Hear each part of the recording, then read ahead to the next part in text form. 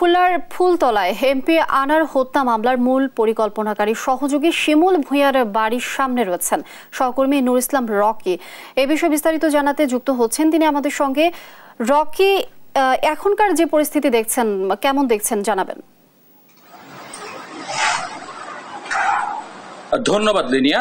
আমি এই মুহূর্তে অবস্থান করছি খুলনার ফুলতলা উপজেলার দামোদর ইউনিয়নের একটি নাসিরউদ্দিন ভূঁইয়া নামে সড়কে, যে সড়কটি আসলে ঝিনাইদহ এমপি আখতারুজ্জামান নাজিম হত্যা মামলার বা হত্যার ঘটনার সহযোগী হিসাবে আটক হয়েছে শিমুল ভূঁইয়া ওরফে আমানুল্লাহর বাসার সামনে।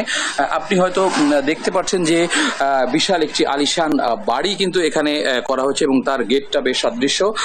আমরা এখানে এসে কিন্তু আসলে কাউকে পাই না, শুনশান নিরাপত্তা টোটাল এলাকায়। এই শিমুল ভূঁইয়ার বাসার ভিতর থেকে কিন্তু আমরা কথা বলার চেষ্টা করেছি, কিন্তু কাউকে পাই না, গেটটা আসলে তালাবদ্ধ আছে। এখানে এসে আমরা যেটা জানতে পেরেছি যে শিমুল ভূঁইয়ার বাসার ঠিক পাশেই তার ভাই শিপলু ভূঁইয়া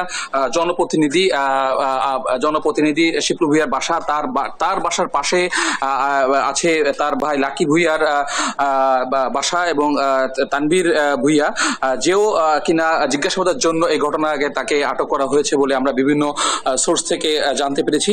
আর একটি বিষয় আমি একটু আপনাদেরকে জানিয়ে রাখতে চাই লিনিয়া, যে এই ঘটনার পরে শিমুল ভূঁইয়া আটক হওয়ার পর থেকে কিন্তু এই এলাকার লোকজন বা ভূঁইয়া পরিবারের কেউই কিন্তু আসলে এখানে নাই।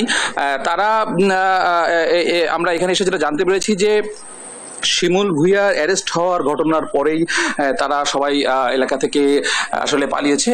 তবে পুলিশ কিন্তু এই বিষয়ে আমাদের সাথে কথা বলতে চাচ্ছে না। পুলিশ বলেছে যে এই বিষয়ে তারা কোনো কথা বলবে না, যে তারা আসলে কোথায় আছে না আছে। আমরা শিমুল ভূঁইয়ার যে আটক শিমুল ভূঁইয়ার স্ত্রী খুলনা জেলা পরিষদের যে সদস্য সাবিনা ইয়াসমিন মুক্তা, ওনার নাম্বারে একাধিকবার কল করেছি, বাট কিন্তু আমরা তার সাথে যোগাযোগ করতে পারি নাই। তবে আমরা বিভিন্ন সংবাদ মাধ্যম থেকে বা জানতে পেরেছি যে সে এখন ঢাকায় অবস্থান করছে।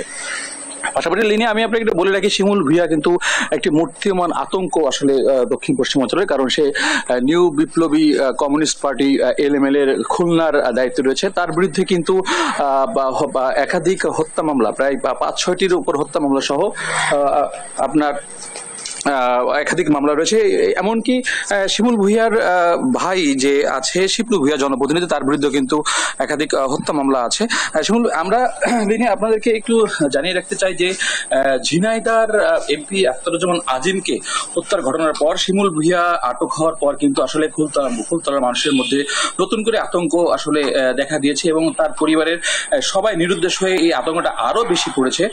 এই বাসায় এইসব এলাকায় এসে আমরা দেখেছি যে পরপর শিমুল ভূঁইয়ার বাসার পরিবারের যে বহুতল ভবন বলতে নতুন আঙ্গিকে যে ভবনগুলো করা হয়েছে, ভবনগুলো আসলে বাড়িগুলো এখনো সম্পূর্ণ করা হয় নাই।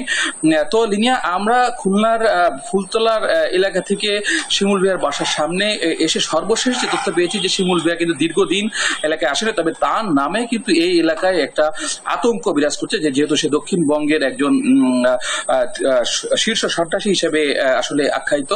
লিনিয়া, খুলনা থেকে শিমুল ভূঁইয়ার বাসার সামনে এটা ছিল আমাদের কাছে সর্বশেষ সংবাদ। রকি, ধন্যবাদ আপনাকে। দর্শক, খুলনার ফুলতলা থেকে যুক্ত ছিলেন সহকর্মী রকি।